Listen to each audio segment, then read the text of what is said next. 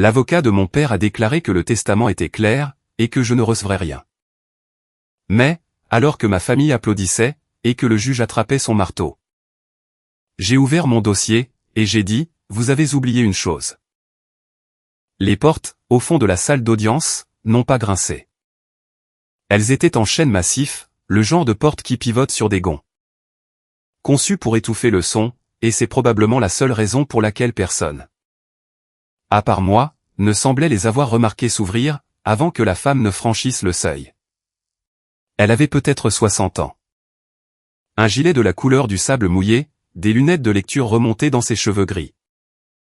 Et une valise à roulettes traînant derrière elle. Comme si elle avait un endroit plus important où aller. Elle n'avait pas l'air d'une avocate. Elle n'avait pas l'air de faire partie de la famille. Elle ressemblait à la tante de quelqu'un, qui se serait égaré dans le mauvais bâtiment.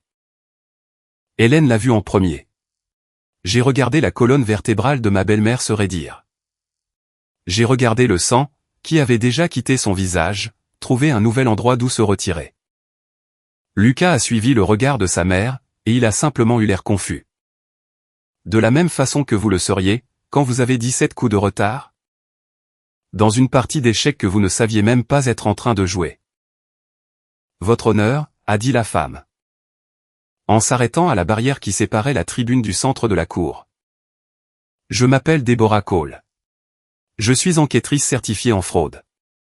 J'ai été engagée. Il y a 11 jours, par l'avocat fiduciaire initial de la succession, Monsieur Price. Pour mener un audit jury comptable du Whitman Family Hospitality Trust. La juge Patricia Renwick a posé le classeur, que Samuel Price lui avait remis. Elle avait le genre de visage, qui avait appris à ne réagir à rien dans une salle d'audience. Mais ses yeux se sont quand même posés sur Hélène. Juste pour une seconde, juste assez longtemps, pour que je le remarque. C'est complètement irrégulier, a dit Monsieur Vance, en se levant à moitié. Votre honneur. L'avocat de la partie adverse ne peut pas simplement faire défiler des témoins à l'improviste. Elle n'est pas le témoin de la partie adverse, a dit Samuel Price, sans même se retourner. Elle est celui de la cour. Si votre honneur veut bien accepter ces conclusions. J'ai déposé la requête pour la retenir sous scellé. Il y a 3 semaines. La même semaine, où Madame Whitman est venue me voir, avec le classeur de sa mère. 3 semaines? Je ne le savais pas. Samuel ne m'avait jamais dit, qu'il avait commencé à creuser. Avant même que je ne m'assoie dans son bureau, avec une boîte pleine de papiers. Que je ne comprenais pas encore tout à fait. Je me souviens avoir senti quelque chose s'ouvrir dans ma poitrine, à cet instant précis. Pas du soulagement, pas encore. Juste la sensation que le sol, qui avait été mou sous mes pieds pendant 31 ans, pouvait soudainement, et enfin, supporter mon poids. Madame Cole, a dit la juge, vous pouvez approcher. Je dois revenir en arrière. Car il n'y a aucun moyen de donner un sens à ce qui s'est passé au cours des 6 semaines suivantes. Sans comprendre ce que j'ai grandi sans comprendre. J'avais 11 ans, quand ma mère est morte. Un cancer, le genre rapide, le genre qui vous donne un diagnostic en mars. Et des funérailles en juillet. Mon père s'est remarié, en moins de 14 mois. Hélène, une ancienne coordinatrice d'événements, qu'il avait rencontrée. Alors qu'elle planifiait une retraite d'entreprise, dans l'un de nos hôtels à Scottsdale. Elle avait un fils de 5 ans, Lucas. C'était un enfant adorable, à l'époque. Avec des dents écartées, et des baskets à scratch. Et rien de ce qui s'est passé plus tard n'a jamais été de sa faute, ce qui est une chose que j'ai dû me rappeler plus d'une fois, au cours de ces 6 semaines. Ce que je ne savais pas à 11 ans, et que je ne saurais pas avant 20 ans de plus, c'est que 4 mois avant le diagnostic de ma mère, elle s'était assise dans le bureau de Samuel Price. Et avait tout restructuré. Pas parce qu'elle se doutait qu'elle allait mourir, mais parce qu'elle soupçonnait quelque chose. À propos de mon père. Une lente érosion de la confiance, qu'elle ne m'a jamais complètement expliquée. Ni dans aucune lettre, ni dans aucune note, que j'ai pu trouver. Elle a transféré les 3 propriétés hôtelières. Que mes parents avaient construites ensemble, celle avec son nom brodé dans le carrelage. sur les armoires à linge, et sur les petites plaques en laiton près de chaque réception. Dans une fiducie irrévocable. Mon père pouvait les exploiter. Il pouvait percevoir un salaire de direction. Il ne pourrait jamais les vendre, les offrir, ou les utiliser comme garantie. À son décès, elle me revenait intégralement, sans aucune exception. Elle n'a jamais eu l'occasion de m'expliquer pourquoi elle ne pensait pas que les choses resteraient ainsi, sans une barrière juridique autour. Hélène, s'est-il avéré, avait des idées sur cette barrière, presque depuis le début. L'escalade a commencé doucement, comme c'est toujours le cas avec ces choses-là. Ce qui est exactement la raison pour laquelle personne ne les arrête à temps. J'avais 24 ans, et je travaillais à la réception de la propriété de Scottsdale. Au cours d'un mois d'août plutôt calme, parce que mon père aimait dire que j'avais besoin d'une expérience sur le terrain, avant de pouvoir diriger quoi que ce soit. Même si Lucas, à 19 ans, était déjà présenté aux fournisseurs comme l'avenir de Whitman Hospitality. J'ai trouvé une anomalie dans le budget d'entretien. 11 000 $ acheminé vers un fournisseur nommé Coleridge Property Solutions, qui n'apparaissait nulle part ailleurs, dans les registres des 3 dernières années. Je me suis dit que ce n'était rien. Un changement de marque, un sous-traitant, les affaires de mon père. Et que ce n'était pas à moi de poser des questions. 6 mois plus tard, je l'ai trouvé de nouveau. Un montant différent, le même fournisseur. Je me suis dit que ce n'était toujours rien, car l'alternative était de croire que mon père détournait discrètement de l'argent vers un endroit qu'il voulait cacher à tout le monde. Et je n'étais pas prête à croire cela d'un homme dont je voulais encore tellement, à 24 ans, qu'il soit fier de moi. Il y a eu une nuit, cependant, à laquelle je pense encore plus qu'à la salle d'audience. J'avais 25 ans. J'étais resté tard pour faire le rapprochement bancaire de septembre. Le genre de travail fastidieux que mon père supposait que j'aimais. Parce que je ne m'en plaignais jamais. Et j'ai trouvé un dossier, sur le lecteur partagé, étiqueté simplement CR MISC.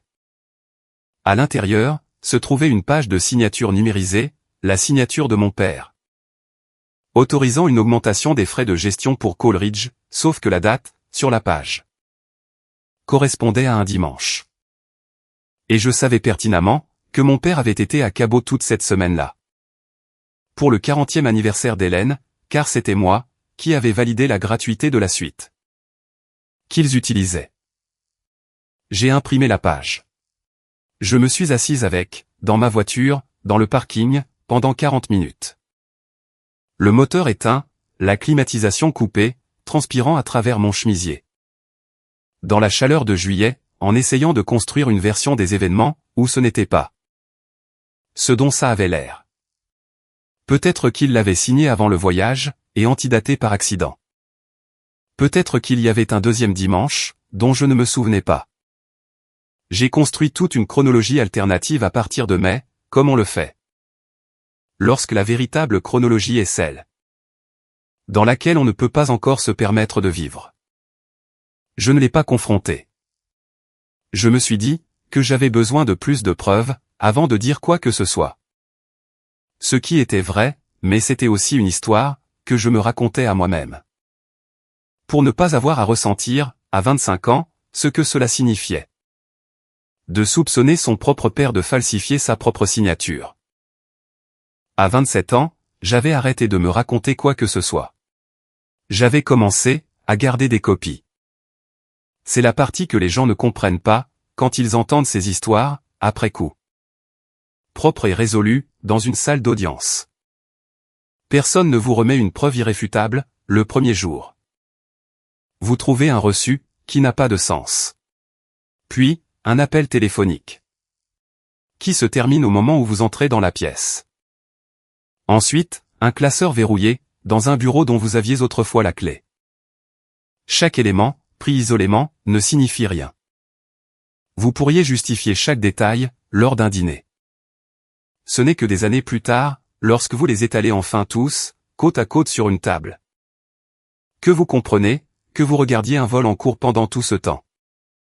Et que vous le confondiez avec la famille. Le rapport de Deborah Cole comptait 41 pages. La juge a déclaré une suspension de séance, pour que les avocats puissent l'examiner. Ce qui est une façon polie de dire que la salle avait besoin d'arrêter d'hyperventiler. Pendant 20 minutes. Je me suis assise dans le couloir, devant le département 4, et Monsieur Vance m'a trouvé là. Ce qui m'a surprise, car j'avais supposé qu'il serait enfermé dans une pièce adjacente avec Hélène. En train de limiter les dégâts. Madame Whitman. Il l'a dit prudemment, comme si mon nom en lui-même pouvait être la preuve de quelque chose. Je veux que ce soit clair, j'ai représenté votre père de bonne foi. Quoi que Madame Whitman ait fait. Avec les actifs de la fiducie, après sa mort, je n'avais aucun. Vous avez déposé les documents de succession, qui listaient les hôtels. Comme faisant partie de ses biens personnels, ai-je dit. 2 ans avant sa mort.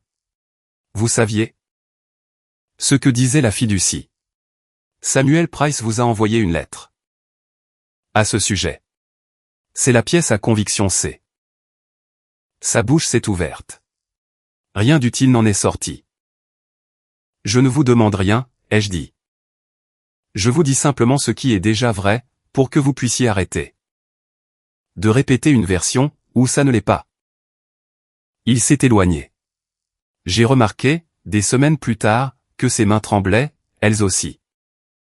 Je ne m'attendais pas à ce que cela me fasse quoi que ce soit. Mais ça l'a fait, quand même. Pas de la satisfaction, exactement.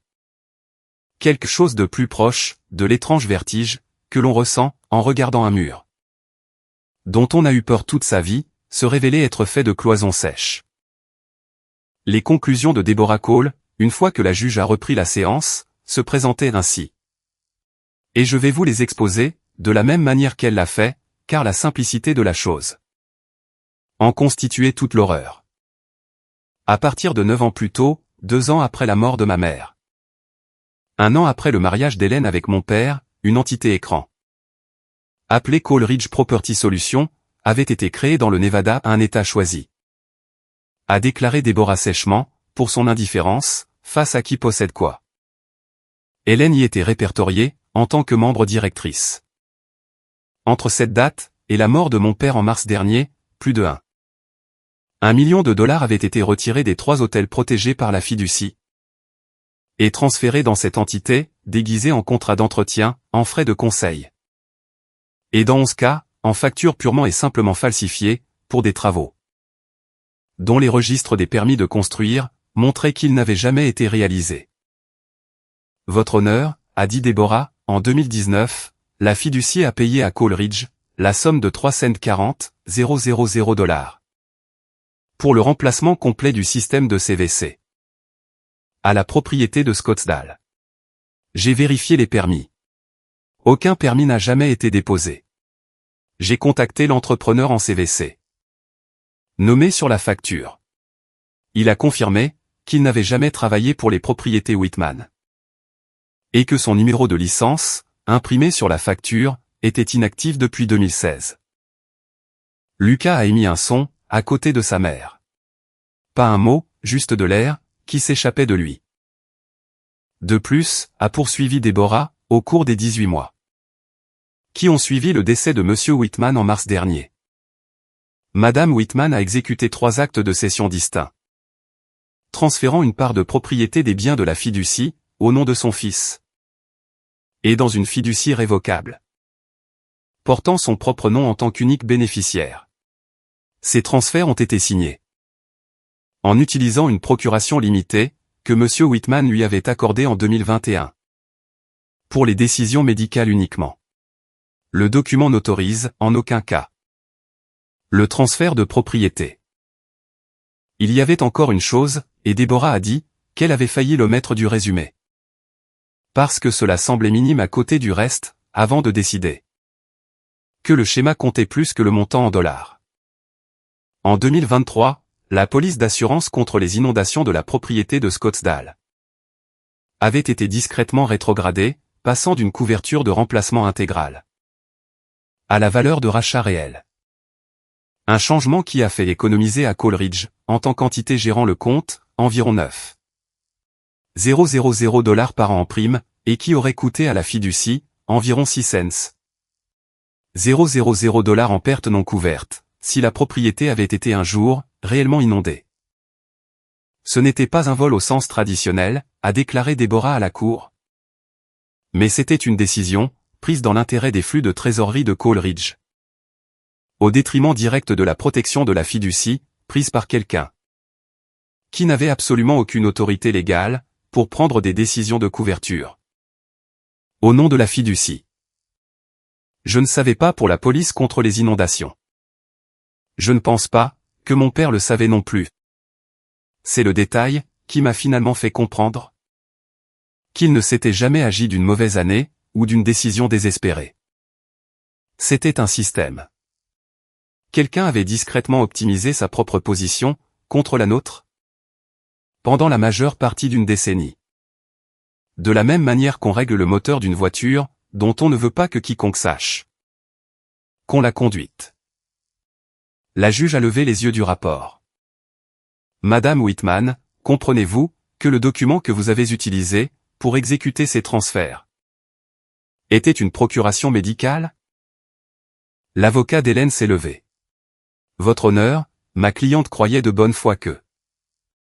Je pose la question à votre cliente, a dit la juge Renwick, sans méchanceté, ce qui, d'une certaine manière, rendait la chose encore pire. Hélène n'a pas répondu. Elle a plutôt regardé son fils, et Lucas, 19 ans, dans le corps d'un homme de 26 ans. Ayant toujours les dents écartées, sous une barbe qu'il s'était laissé pousser. Pour paraître plus vieux qu'il ne l'était, la regardait en retour. Comme s'il essayait de trouver la femme, qui avait l'habitude de vérifier sa température. Avec ses lèvres posées sur son front. Je ne pense pas qu'il l'ait trouvée. Je pense que c'est le moment où il a arrêté de chercher. La suspension de séance, qui a suivi, a duré 2 heures. Je l'ai passé dans la voiture de Samuel Price, dans le parking. Parce que je ne pouvais plus rester dans un couloir avec ma famille. Et que je n'étais pas encore capable de conduire jusqu'à chez moi. Il y a quelque chose que vous devriez savoir avant que nous n'y retournions, a dit Samuel. Il avait la voix prudente d'un homme qui s'apprête à remettre à quelqu'un une chose très lourde. L'inspectrice Ortiz a appelé mon bureau il y a 1 heure. Je n'avais pas encore rencontré l'inspectrice Maria Ortiz. J'allais le faire dans la semaine. Une femme trapue, avec 14 ans d'expérience dans l'unité des crimes financiers. Et une façon de poser des questions qui vous donnait l'impression qu'elle connaissait déjà la réponse et qu'elle vous donnait simplement la chance d'être honnête à ce sujet. Elle ouvre un dossier criminel, a dit Samuel. Séparé de l'affaire de succession. La falsification d'une procuration est un crime dans cet État. Tout comme ce qu'ils ont fait avec ces factures. C'est de la fraude. Potentiellement un vol qualifié, selon la manière dont le procureur veut formuler l'accusation. D'accord, ai-je dit, parce que je ne savais pas quoi dire d'autre. Il y a une complication. Samuel a expiré par le nez. Le bureau d'Ortiz a reçu un tuyau, cet après-midi.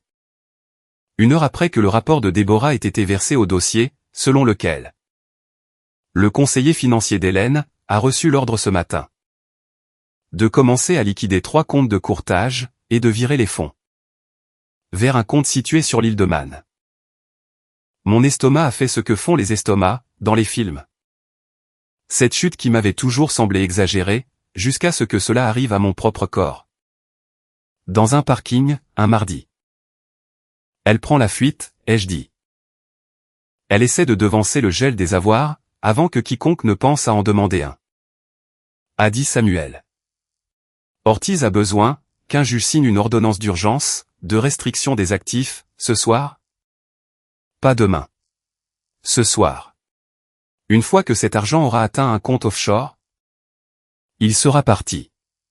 Et parti veut dire parti pour des années, peut-être pour toujours.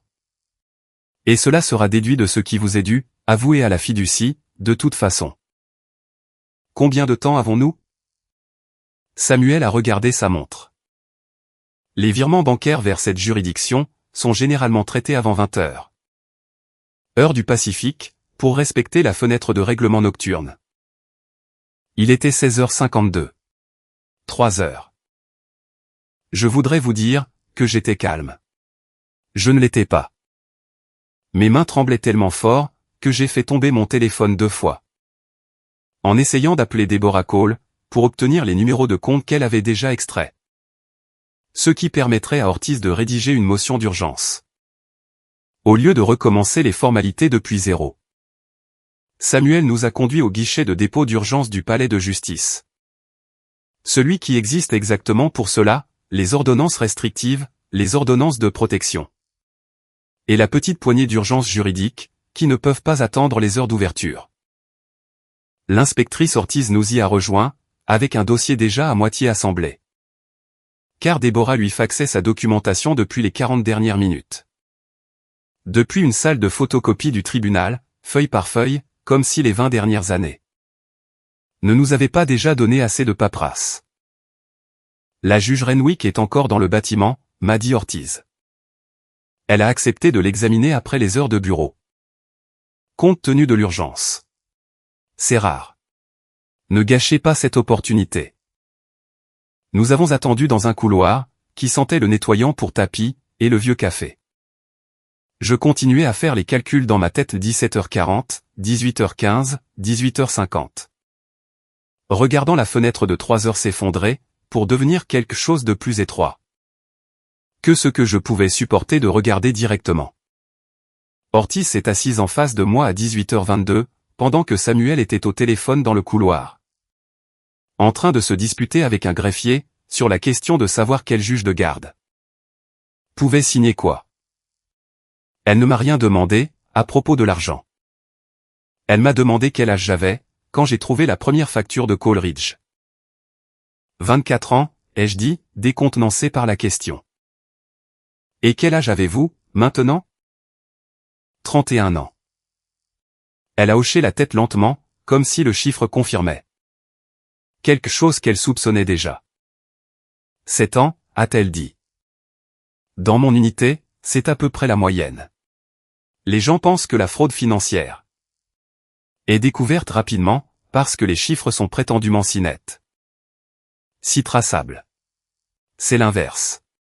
C'est lent, parce que les personnes qui la commettent sont patientes. Et parce que les personnes qui la soupçonnent ont peur de se tromper. Au sujet de quelqu'un qu'elles aiment. Vous n'avez pas été lente. Madame Whitman. Vous avez été prudente. Ce ne sont pas les mêmes choses. Et je veux que vous fassiez la différence. Parce que vous allez passer les prochains mois à vous entendre demander. Pourquoi vous ne vous êtes pas manifesté plus tôt? Et je veux que vous ayez une réponse prête. Qui ne soit pas des excuses. Je n'ai rien dit. Je ne pense pas que j'avais déjà une réponse. Pas une que je pouvais mettre en mots, mais j'ai gardé ce qu'elle a dit, je l'ai plié quelque part. Et je l'ai ressorti plus d'une fois, au cours des mois qui ont suivi.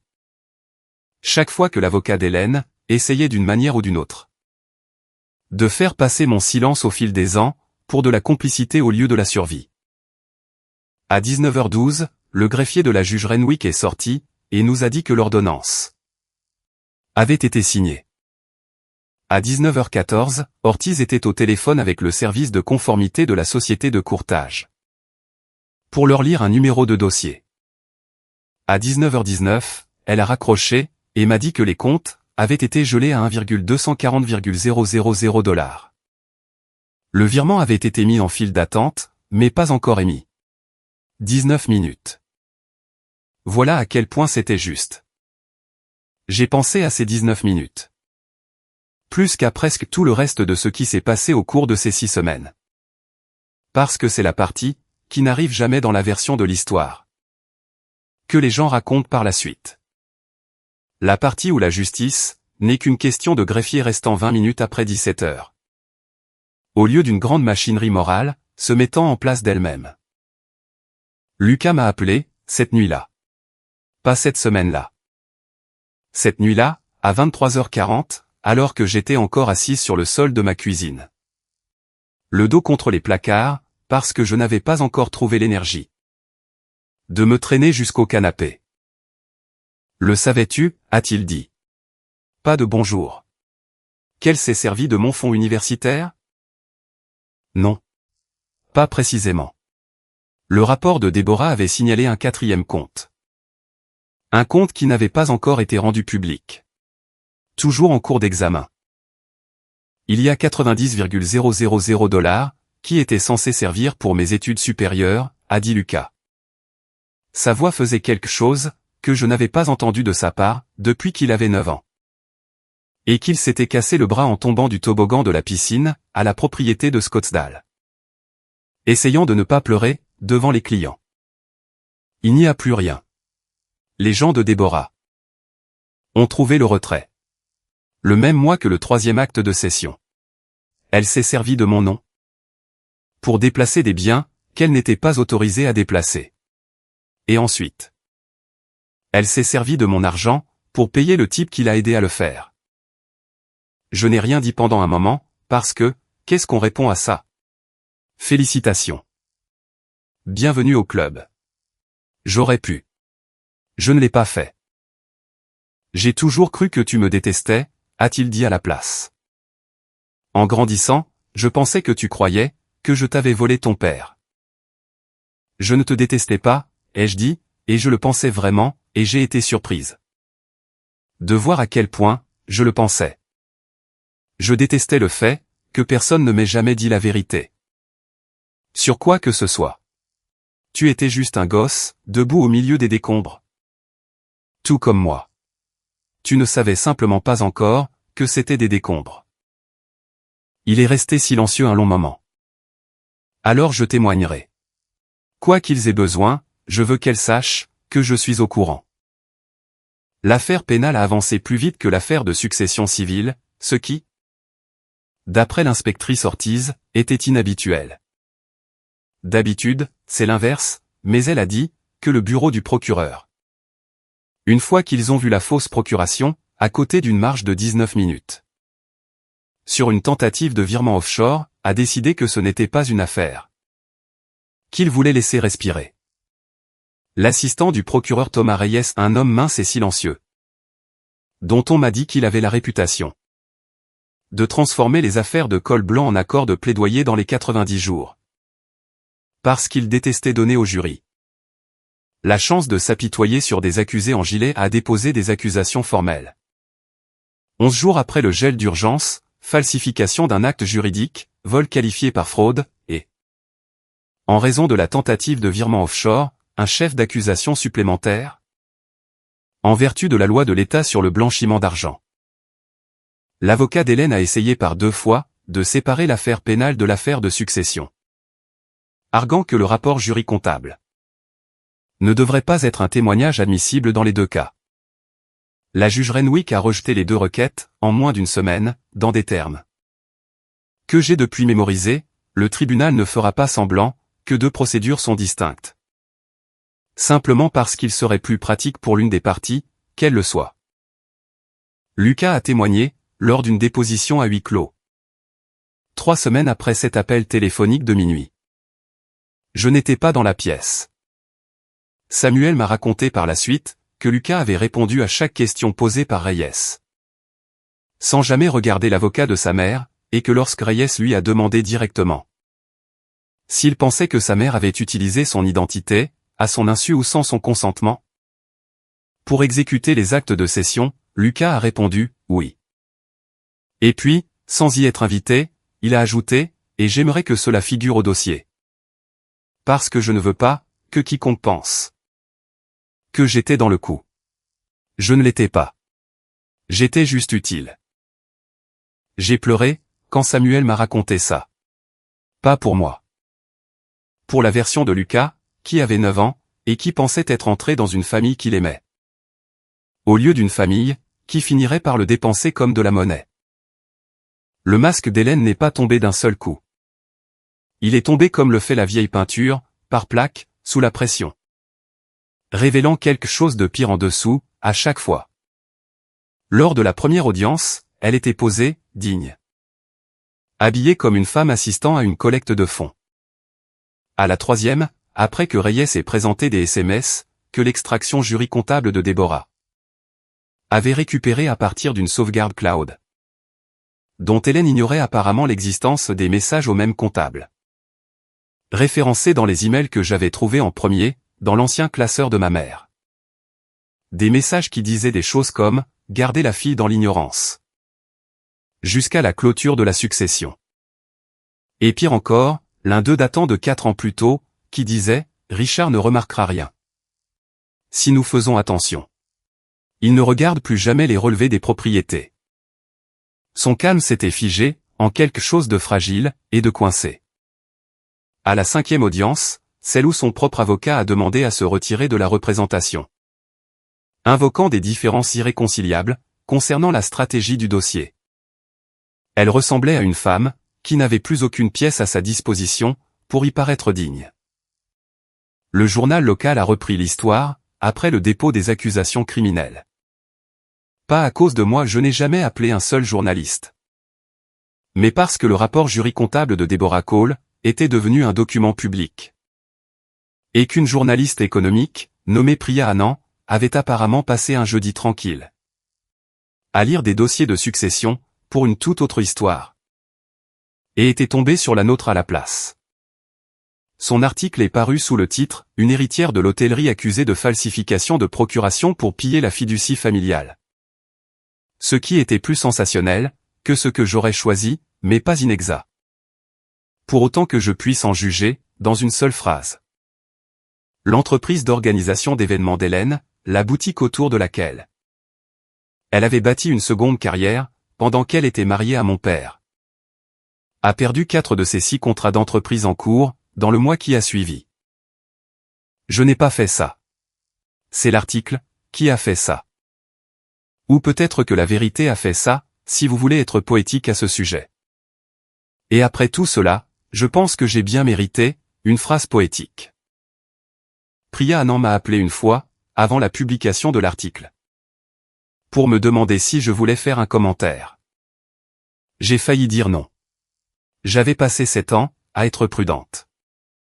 Et les personnes prudentes n'appellent pas les journalistes. Mais j'ai repensé à la question d'Ortiz, dans ce couloir. Celle sur mon âge, quand j'ai trouvé la facture pour la première fois, et j'ai décidé que si je devais être prudente un jour de plus, je pourrais au moins être prudente publiquement, plutôt qu'en privé.